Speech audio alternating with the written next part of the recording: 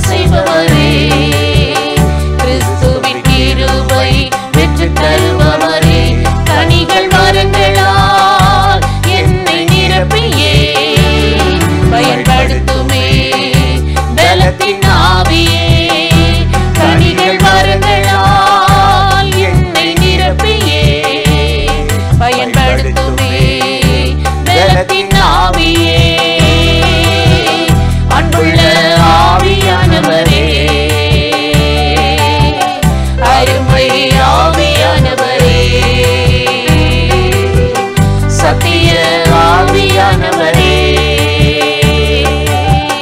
நித்திய ஆவியானவரே, நாம் இருவரும் இணைந்து எங்கும் இயேசுவை உயர்த்துவோம். நாம் இருவரும் இணைந்து எங்கும் இயேசுவை உயர்த்துவோம். நாம் இருவரும் இணைந்து எங்கும் இயேசுவை உயர்த்துவோம். நாம் இருவரும் இணைந்து எங்கும் இயேசுவை உயர்த்துவோம். பிரியமானவர்களே, ஆண்டவராகிய இயேசு கிறிஸ்துவின் நாமத்தில் இந்த காலை நேரத்தில் இயேசுவை தினம் பார்ப்போம் என்ற இந்த நிகழ்ச்சி மூலமாக உங்களை சந்திப்பதில் மிகுந்த மகிழ்ச்சி அடைகிறேன்.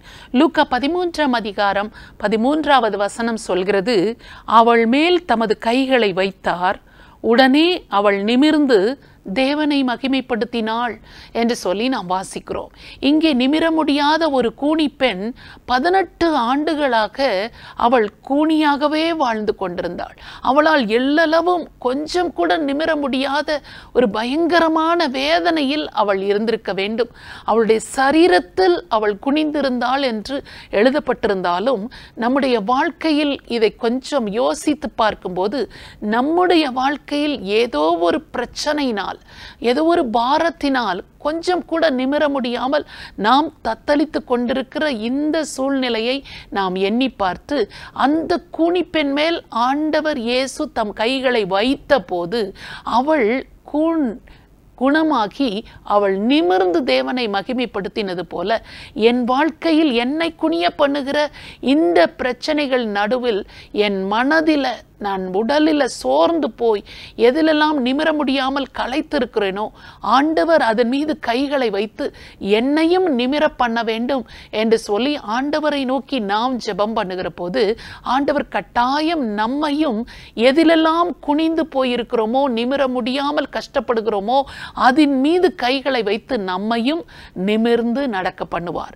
அந்த பெண் அன்றைக்கு உடனே நிமிர்ந்து தேவனை மகிமைப்படுத்தினது போல இன்றைக்கு நம்முடைய வாழ்க்கையில் எதெல்லாம் நம்மை குனிய வைத்திருக்கிறது, ஒருவேளை கடன் பிரச்சனையாக இருக்கலாம், அல்லது குடும்ப பிரச்சனையாக இருக்கலாம், யாருக்கும் தெரிந்துவிடக்கூடாது, ஐயோ தெரிந்தால் எங்களை பற்றி என்ன நினைப்பார்கள், எங்கள் மதிப்பு மரியாதை எல்லாம் போய்விட்டதே என்று சொல்லி கூனி குறுகி போய் ஏதோ ஒரு காரியத்தில் கலங்கி போய் நிமிர முடியாமல் கஷ்டப்பட்டு கொண்டிருக்கலாம்.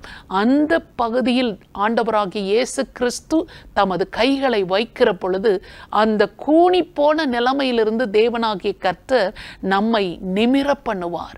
நம்மை நிமிர்ந்து தேவனை மகிமைப்படுத்துகிறவர்களாக கர்த்தர் நம்மை ஆசீர்வதிப்பார்.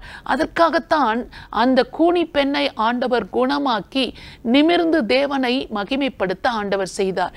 இன்றைக்கு நம்முடைய வாழ்க்கையில் இருக்கிற எந்த நிமிர முடியாத நிலைமைகளையும் ஆண்டவர் கைகளை வைத்து அந்த நிமிர முடியாத நிலைமைகள் எல்லாவற்றையும் நீக்கி நம்மையும் நிமிர்ந்து அவரை மகிமைப்படுத்துகிறவர்களாக மாற்றுவார்.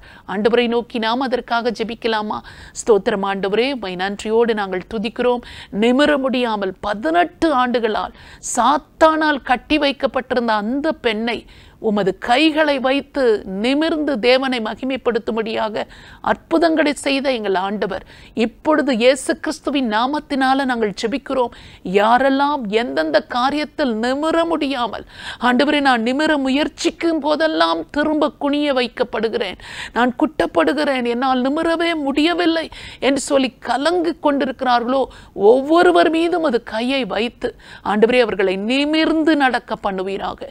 ஆண்டவரே கடன் பிரச்சனையினால், வட்டி சுமையினால், குடும்ப பிரச்சனையினால், அவமானத்தினால், நிந்தையினால், எதனால் அவர்கள் தலை குனிந்து போனார்களோ ஆண்டவரே உமது கைகளை அவர்கள் மீது வைத்து இப்பொழுது அவர்களை நிமிர பண்ணுவீராக.